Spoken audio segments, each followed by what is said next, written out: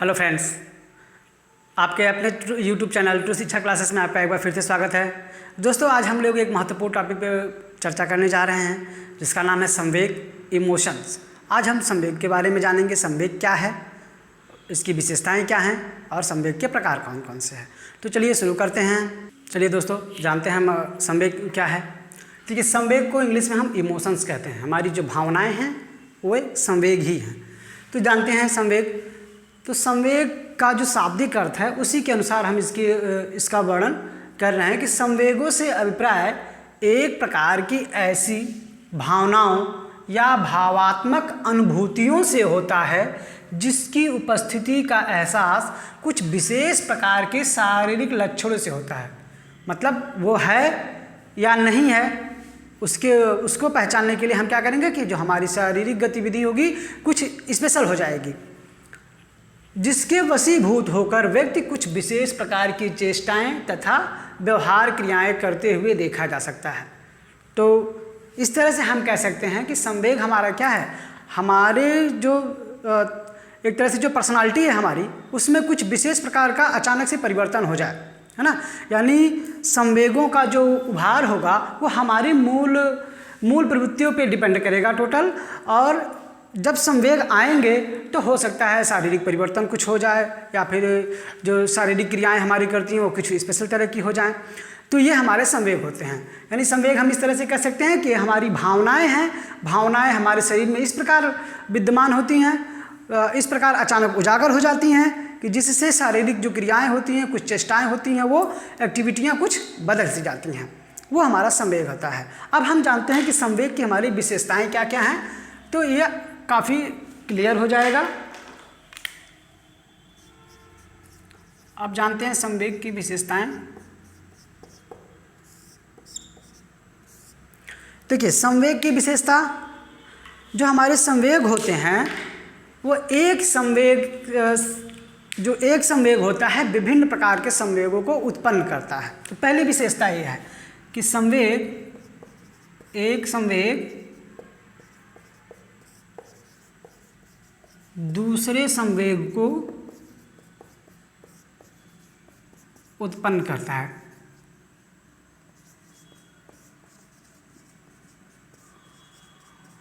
जैसे एग्जाम्पल के रूप में अगर हम समझें तो बार बार अगर किसी बच्चे को परीक्षा का डर सता रहा है, यानी अगर वो परीक्षा में फेल हो गया तो ये तो क्या होगा, अब उसके अंदर ये तो संवेग आ गया डर का। तो बार बार जब वो जो परीक्षा में फेल हो रहा है तो उसको लोगों को अपने अभिभावक का डर हो गया, अपने आसपास के लोगों के साथ डर हो गया कि लोग क्या कहेंगे या उनको कौन सी प्रताड़ना मिलेगी या लोग कमेंट करेंगे। तो क्या है, पहला जो एक संवेग होगा दूसरे संवेग को उत्पन्न करता है। यानी एक संवेग से दूसरे संवेग या कह सकते हैं विभिन्न संवेग, इसको मतलब एक संवेग अगले संवेग को उत्पन्न कर रहा है। इसकी ये पहली विशेषता है।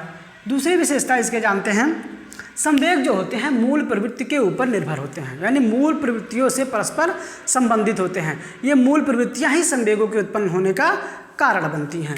यानी संवेग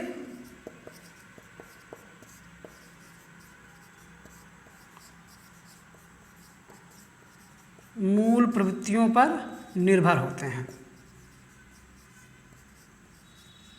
अब मूल प्रवृत्तियां क्या होती हैं, वो हमारी आवश्यकता, जो कुछ भी हमारी आवश्यकता है वो मूल प्रवृत्तियों से जुड़ी होती है और वही मूल प्रवृत्तियां संवेगों को उत्पन्न करती हैं। अगली हमारी जो विशेषता है, संवेगों की उत्पत्ति होती है वो अचानक होती है। संवेगों की उत्पत्ति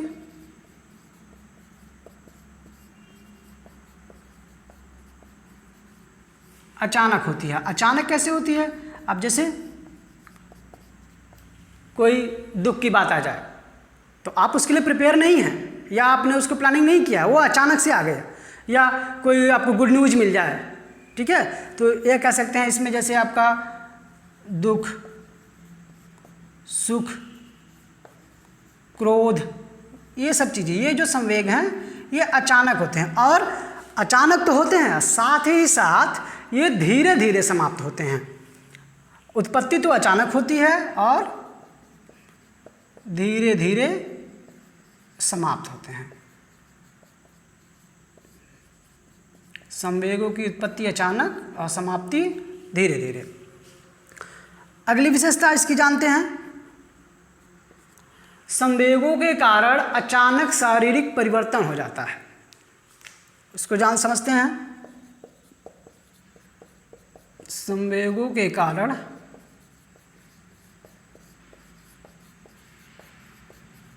अचानक शारीरिक गतिविधि परिवर्तन।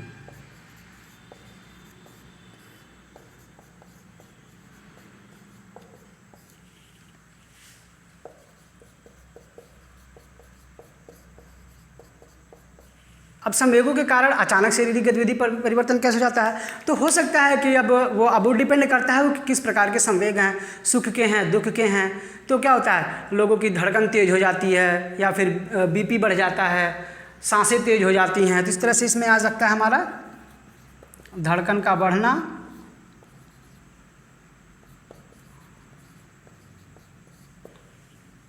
वही आप बीपी कह सकते हैं, बीपी हो गया, सांस तेज होना। तो ये सब संवेगों के कारण ही होता है।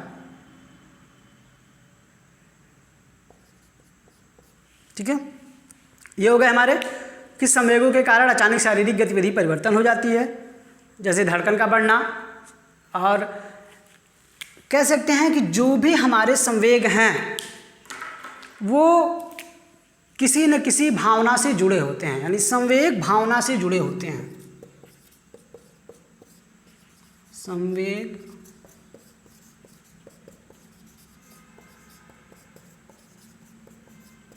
ये संवेगों की विशेषताएं हैं। संवेग भावना से जुड़े होते हैं और यही भावना ही ऐसी होती है जो हमें आगे कार्य करने के लिए प्रेरित करती है। ठीक है, या सीधे कह सकते हैं कार्य करने के लिए हमें विवश करती है, प्रेरित ही नहीं विवश करती है। तो ये हमारे संवेग की विशेषताएं हो गई। अब एक बार इसको फिर से रिवाइज कर लेते हैं कि क्या होता है। एक संवेग विभिन्न संवेगों को उत्पन्न करता है, जैसा कि परीक्षा का डर।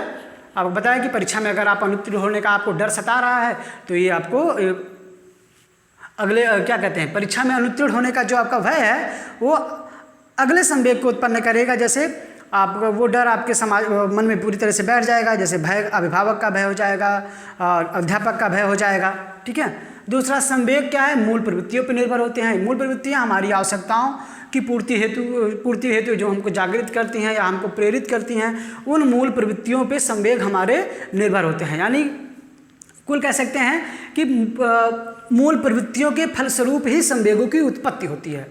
स्पष्ट शब्दों में हम यही कहें कि मूल प्रवृत्तियों के फलस्वरूप ही संवेग उत्पन्न होते हैं। अर्थात यही जो हमारी मूल प्रवृत्तियां हैं वही हमें संवेगों को बढ़ाती हैं, यानी जो हमारी आवश्यकता है वो संवेगों को बढ़ाने का कार्य करती हैं। संवेगों की उत्पत्ति अचानक होती है। अचानक में आपको जैसे बताया गया है, सुख दुख क्रोध। ठीक है, अब संवेगों के कारण शारीरिक परिवर्तन हो जाता है, शारीरिक गतिविधि हमारी तेज हो जाती है और संवेग भावना से जुड़े होते हैं। यही भावना ही हमको आगे कार्य करने के लिए विवश करती है। तो इस प्रकार हम लोगों ने संवेगों के विशेषताएं जान ली। अब हम आगे चलते हैं, संवेगों के प्रकार के बारे में जानते हैं। हम जानते हैं संवेगों के प्रकार के बारे में।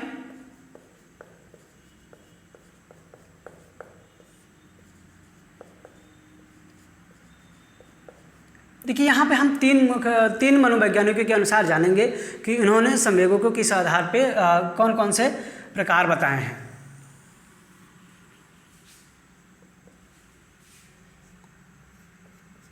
जो पहले मनोवैज्ञानिक हैं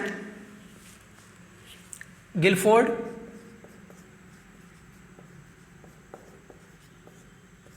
यानी गिलफोर्ड के अनुसार जानेंगे।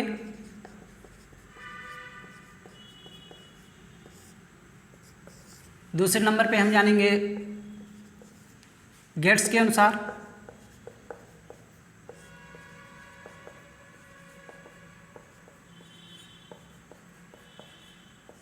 और तीसरे पे जानेंगे हम रॉस के अनुसार।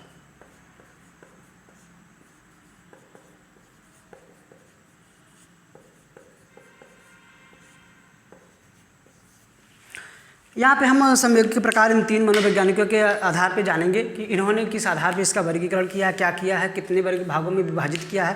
ठीक है, तो सबसे पहले हम आते हैं गिलफोर्ड के बारे में जानने के लिए। देखिए, गिलफोर्ड ने संवेगों को 3 भागों में बांटा है।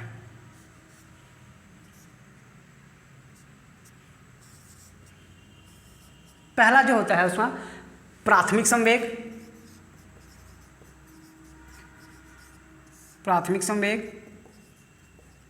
द्वितीयक संवेग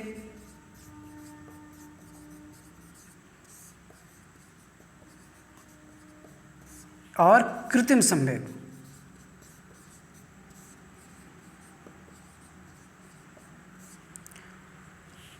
गिलफोर्ड के अनुसार जो संवेग हैं वो कुल 3 प्रकार के होते हैं, प्राथमिक, द्वितीयक और कृत्रिम।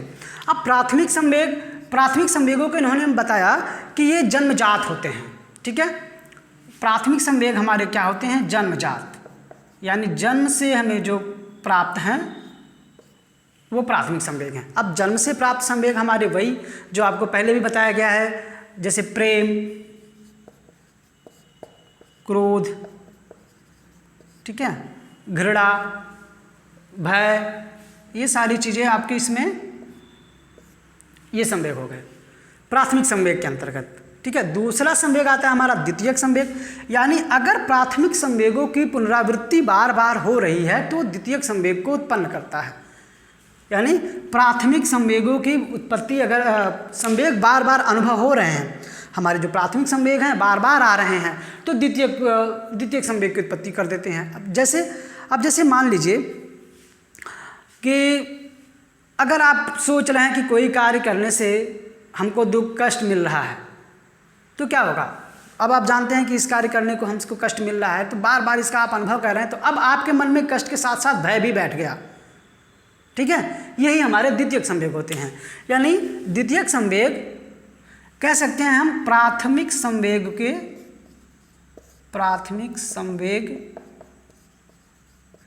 के बार बार होने से उत्पन्न होता है। ठीक, अब कृत्रिम संवेग क्या होता है? कृत्रिम संवेग अब ये नाम से ही स्पष्ट है। कृत्रिम का मतलब बनावटी। तो बनावटी इसका मतलब इसमें ऐसी चीज़ें हैं जो केवल हम दिखाने के लिए उन संवेगों को व्यक्त करते हैं। जैसे व्यक्ति का स्वार्थीपन, व्यक्ति स्वार्थी है, परमार्थी है ना, नैतिक है या साहित्यिक है, ये सब जो संवेग हैं ये कृत्रिम संवेग के अंतर्गत आते हैं। ये रहा गिलफोर्ड के अनुसार। अब हम जानते हैं गेट्स के अनुसार कि गेट्स महोदय ने कौन कौन से संवेगों को बताया है। तो गेट्स ने कुल 5 प्रकार के संवेगों को बताया है। अब गेट्स के अनुसार देखते हैं।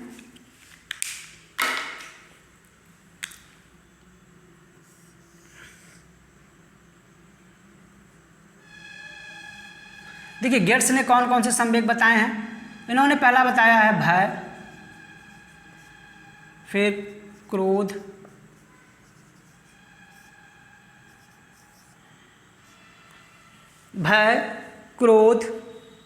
प्रेम,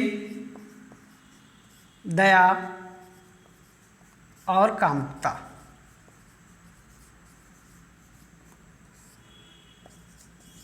इन्होंने 5 प्रकार के संवेग बताए हैं: भय, क्रोध, प्रेम, दया और कामुकता। तो इन सब सारी चीज़ों से आप परिचित हैं। अब हम आते हैं रॉस के अनुसार। रॉस ने कुल 3 प्रकार के संवेग बताए हैं।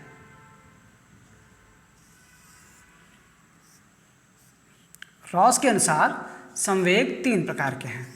इन्होंने बताया है पहला ज्ञानात्मक, भावात्मक और क्रियात्मक।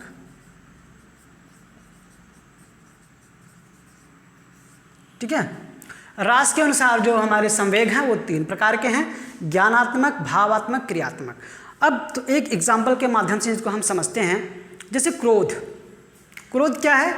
ये ज्ञानात्मक हो गया, यानी क्रोध का संवेग ज्ञानात्मक है। ठीक, अब क्रोध के बाद क्रोध का संवेग ज्ञानात्मक हो गया। अब इसके बाद प्रेम आएगा, ये भावात्मक होता है, यानी भाव उत्पन्न होता है हमारे अंदर। जब भाव उत्पन्न हुआ तब वो भावात्मक में आएगा, यानी प्रेम का संवेग क्या हो गया, भावात्मक। अब क्रियात्मक घृणा, यानी जो अब कार्यों में आने लगे वो क्रियात्मक, ठीक है। तो इस प्रकार रास के अनुसार तीन प्रकार के संवेग होते हैं, जैसे ज्ञानात्मक, भावात्मक और क्रियात्मक।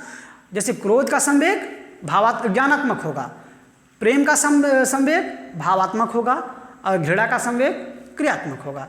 तो इस प्रकार हम लोगों ने संवेगों के प्रकार पढ़ लिया। अब एक जो बहुत ही फेमस मनोवैज्ञानिक हैं जिसको कहते हैं मैकडूगल्स, जिनका नाम मैकडूगल्स है, मैकडूगल्स महोदय ने कुल 14 प्रकार के संवेग बताए हैं। और यही संवेग अक्सर मतलब कुल मिला जुला के अगर देखा जाए तो इन्हीं संवेगों के आधार पे आगे वर्णन किया गया है। और ये परीक्षा की दृष्टि से भी काफ़ी महत्वपूर्ण है मैकडूगल के संवेग। हम इसके बाद इनको पढ़ते हैं, तो आप चाहें तो इसका स्क्रीनशॉट एक साथ ले सकते हैं। अब हम आगे जानते हैं मैकडूगल के अनुसार हमारे संवेग कितने होते हैं। चलिए दोस्तों, अब हम जानते हैं मैकडूगल द्वारा बताई गई 14 प्रकार के संवेग। अब मैकडूगल महोदय ने 14 प्रकार के संवेग बताए हैं और साथ ही साथ उनकी मूल प्रवृत्तियाँ, मतलब जो भी कौन से संवेग की मूल प्रवृत्ति कौन सी होगी। तो यहाँ पे हम सिर्फ संवेगों का वर्णन कर रहे हैं और हर एक संवेग अपने से संबंधित मूल प्रवृत्ति से जुड़े हुए हैं। तो इन्होंने 14 जो संवेग बताए वो कौन कौन से हैं, जो एक नज़र डालते हैं। प्रेम, घृणा, करुणा, भूख, क्रोध, आश्चर्य, रचनात्मक आनंद, संग्रह भाव, कामुकता, उत्साह, एकाकीपन, भय, आत्महीनता और प्रसन्नता। ये 14 संवेग बताए हैं मैकडूगल के द्वारा। अक्सर परीक्षा में पूछा जाता है कि मैकडूगल ने कितने प्रकार के संवेगों का वर्णन किया है, तो ये आप इसमें से बता सकते हैं कि इन्होंने 14 प्रकार के संवेगों का वर्णन किया है। और इस जितने भी संवेग हैं ये अपने मूल प्रवृत्ति से जुड़े हुए होते हैं, ठीक है। तो ये हमारे मैकडूगल के द्वारा बताए गए संवेग हो गए। अब हम जानते हैं कि संवेग को प्रभावित करने वाले कारक कौन कौन से हैं। संवेग को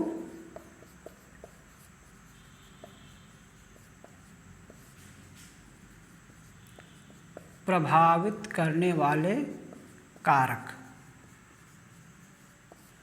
तो देखिए संवेग को कौन कौन से ऐसे कारक हैं जो प्रभावित करेंगे। तो कुछ मुख्य कारकों के बारे में हम थोड़ा सा चर्चा करते हैं। सबसे पहला कारक हमारा है वातावरण। वातावरण संवेगों को प्रभावित करेगा। दूसरा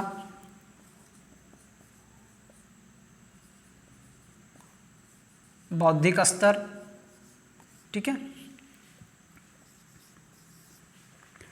वातावरण, अब देखिए अब वही चीज़ें हैं जैसे हम लोगों ने जाना था कि जो अधिगम को जैसे कारक प्रभावित कर रहे थे उसी प्रकार ये भी है। प्रभावित करने का तात्पर्य क्या है, या तो उनके कार्य व्यवहार में तेजी ला सकते हैं या तो कार्य व्यवहार में शिथिलता ला देते हैं। तो वातावरण उस प्रकार का वातावरण कार्य प्रभावित करेगा, बच्चे का बौद्धिक स्तर प्रभावित करेगा, साथ ही साथ उसका शारीरिक स्वास्थ्य प्रभावित करेगा।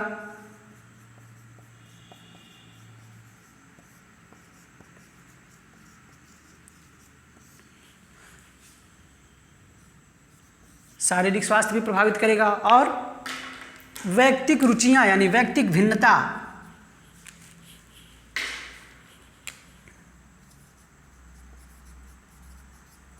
वैयक्तिक रुचियां, साथ ही साथ हमारे आस पास पड़ोस जितने भी लोग होते हैं यानी पास पड़ोस और समाज का वातावरण, सामाजिक परिस्थितियां, पास पड़ोस और सामाजिकता, ये सब ऐसे कारक हैं जो हमारे संवेगों को प्रभावित करते हैं, ठीक। अब संवेग तो प्रभावित कर दिए, लेकिन अब संवेग से कौन कौन से कारक प्रभावित होंगे। संवेगों को प्रभावित करने वाले तो ये कारक हैं हमारे वातावरण, बौद्धिक स्तर, शारीरिक स्वास्थ्य, वैयक्तिक रुचियाँ, पास पड़ोस और सामाजिकता। तो अब ये जो संवेग होते हैं ये भी किसी न किसी को प्रभावित करते हैं। अब उसमें भी आपके वही आएंगे, जैसे शारीरिक स्वास्थ्य हमारा होगा, ये प्रभावित होगा संवेगों से, बौद्धिक स्तर भी प्रभावित होगा, साथ ही साथ हमारा अधिगम, चर्चा कर ही लेते हैं इस पर क्या क्या प्रभावित होगा। देखिए, अब संवेग को ये कारक प्रभावित कर रहे थे। अब संवेग किन किन कारकों को प्रभावित करेगा, तो उसमें हमारी क्या सबसे पहला तो हमारा अधिगम को प्रभावित करेगा, ठीक है। दूसरा शारीरिक स्वास्थ्य को प्रभावित करेगा।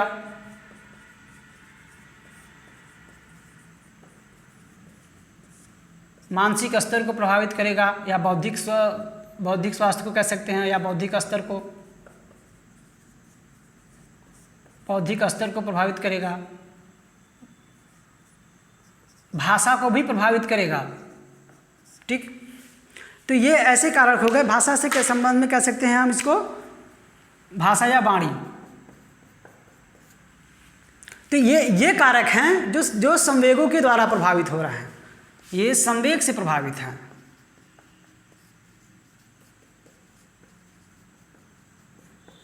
ये जो हैं ये हमारे संवेग से प्रभावित कारक हैं, और ये कारक हैं जो संवेगों को प्रभावित करते हैं। तो इस प्रकार दोस्तों हम लोगों ने संवेग का चैप्टर यहीं पे समाप्त किया। अब अगले चैप्टर में भी हम कुछ अच्छे टॉपिक को लेकर आएंगे।